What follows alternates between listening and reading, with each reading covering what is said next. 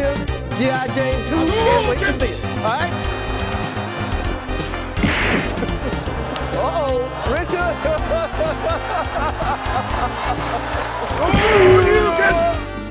You win.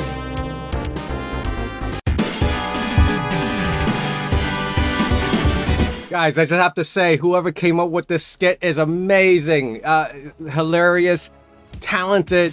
I couldn't even like imagine someone would do this with the whole Street Fighter theme with Will and Chris Rock. That is so interesting. But today's theme actually does relate to what I'm trying to show you guys. So ever since I did the Red Panda mining, I sent him a little gift. If you guys haven't seen that, you can check it out in the description below. I sent him a little Street Fighter 2 miniature arcade. So this is the one I actually purchased and I sent it out to him, and it's such a great little miniature arcade. I mean, if you're a Street Fighter addict or you grew up playing Street Fighter, this is something like it's amazing, right? So today's video, I want to show you something that I did about 8-9 years ago, way before the Arcade One stuff and way before they were mass producing arcade machines, selling it on Micro Center or at Walmart, Target, wherever you can pick these guys up, or even Best Buy, I believe. Someone reached out to me on Discord and started sending me some stuff, and this was one of the links. This is a miniature arcade. Now it's like the size of like my forearm, so it's like 11 inches tall. It is a 1/6 scale, the original size of the replica, and it comes with a free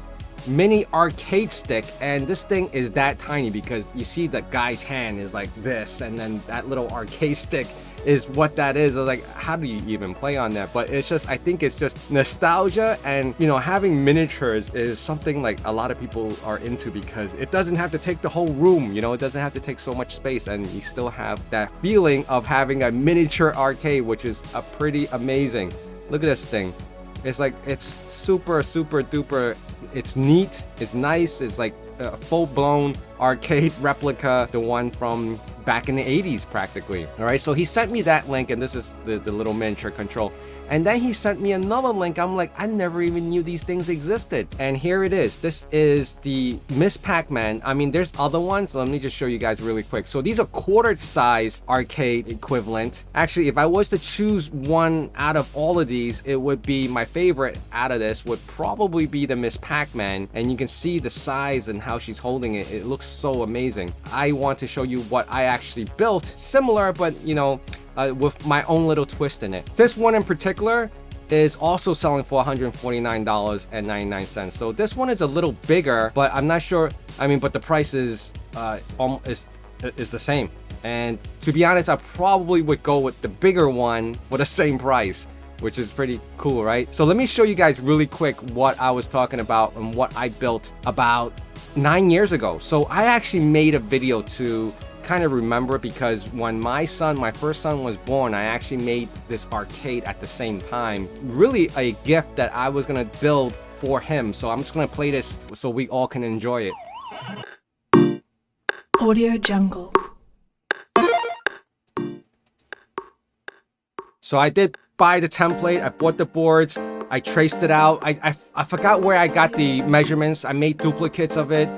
I got all the tools, and I just started cutting. And the boards I used for the side of the arcade, well, for the entire arcade, were 1/2-inch MDF boards. So, you know, I started tracing it, and I was just making sure that everything was cut straight, and I made sure all the curves. So when you have a duplicate 2 sides, you want to use a router tool like that, so it comes out identical. You don't have one side lopsided. So that was me. The MDF boards are ridiculously dusty when you start cutting it, which is like really bad for your respiratory system if you don't have a mask or anything. And I was just going at it. It took me a while to build. I did not build it overnight. I was waiting for parts, and you know, every time something came in, I would continue on. But the cutting of the board and building out the frame was, I would say, the easier part.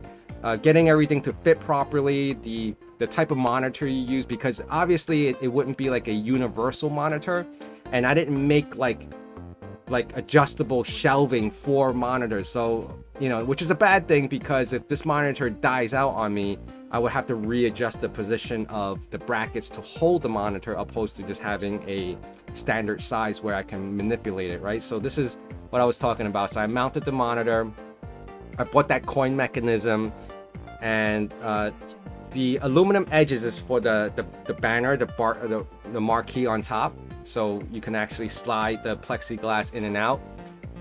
And I bought this, the side, that red thing was, I forgot what you call it, the grooves, right? T grooves or T cuts, something like that. Yeah, so painted it, and I made so I took my microwave cart rails, because you could slide, there was a rail that you can, a shelf that you can slide in and out, and then I used that. That speaker was from a 1985 BMW that I repurposed, all right? The Capcom overlay that you saw on the arcade buttons was purchased on eBay, if someone actually sells that. Now, here, let me just stop here really quick.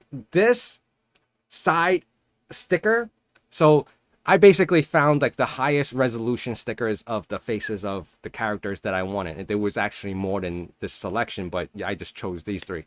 And I basically sent a diagram of how big I wanted it.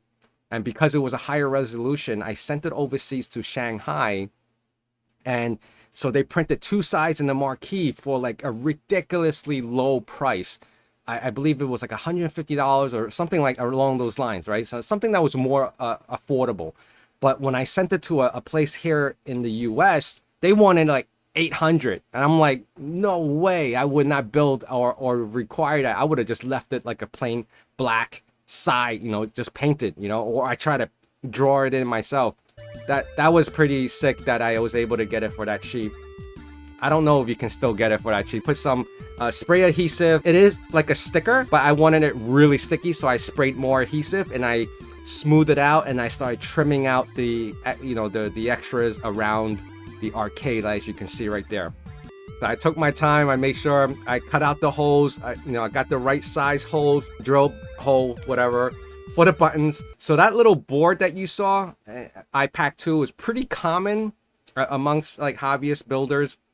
It's basically a USB that connects to your PC, and you can program each wire that comes into the buttons. And that's how we get the player 1, player 2 buttons, all this wires. It goes right into that board right over here. And of course, I was just testing it before playing over the main plexi. I had two speakers up here. The speakers were going into like a amplifier that I purchased. It was like a cheap, really like $30-$40 one.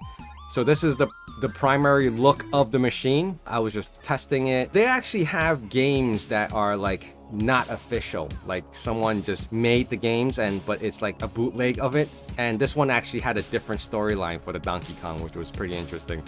Princess left Mario to go with Donkey Kong. And then this, I kind of forget because it's been so long, but there's an interface that you can download, and it goes through every category of games. Like you just scroll through all of them and the different systems, the different consoles, and then you can select the game.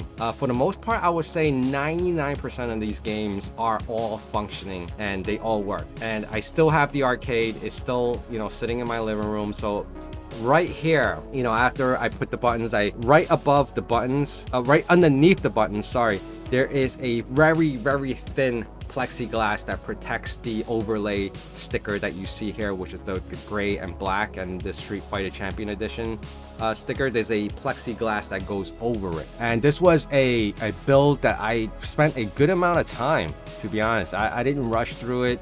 I only, put in the time that I had available when I was free. Pretty much took almost like a year to build this thing. And it's been 9 years since the time that I had it built. And of course, this is just a demo of what all that is. Yeah, guys, so that's pretty much what I wanted to show you. It wasn't anything, special. Nowadays, like everyone they sell arcades right out of the box and you can just set it up.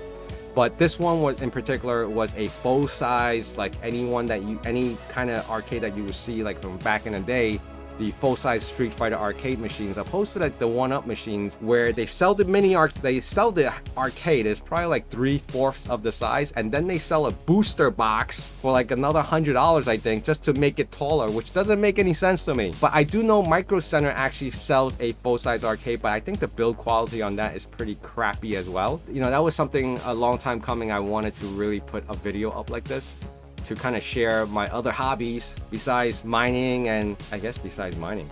What else am I doing? I don't know. But anyway, I want to thank you guys for being here. Please hit that like, comment, and subscribe. Let me know your thoughts on my arcade. What did you think about it? And would you even spend the time to build this? At this very moment, it has a lot of sentimental value because I literally built it because it was for my first son. And I said that, you know, if I was going to give him something, I was going to give him something that I built or I did. That's something like it's my wife has seen it from day one to where it is now, and it's still there. We still use it as often as we can. All right, I want to thank you guys, and I'll see you again soon. Bye.